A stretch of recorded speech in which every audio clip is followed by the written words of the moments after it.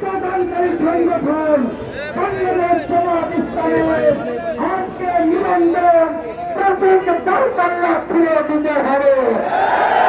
আসুন ভাইরান বন্ধুগণ, বাংলাদেশ জামাত ইসলাম আহ্বান করে পবিত্র আহ্বান করে পবিত্রতা রক্ষার জন্য পৌরবঙ্গের উচ্চগতি লবণ টানার জন্য সিন্ডিকেট ভেঙে দেওয়ার জন্য চাঁদাবাসের বিরুদ্ধে প্রতিরোধ করে দেওয়ার জন্য চাঁদাবাস সিন্ডিকেটের বিরুদ্ধে লড়াই করার জন্য তৌহিদি মুসলিম জনতা আপনারা দিয়েছে।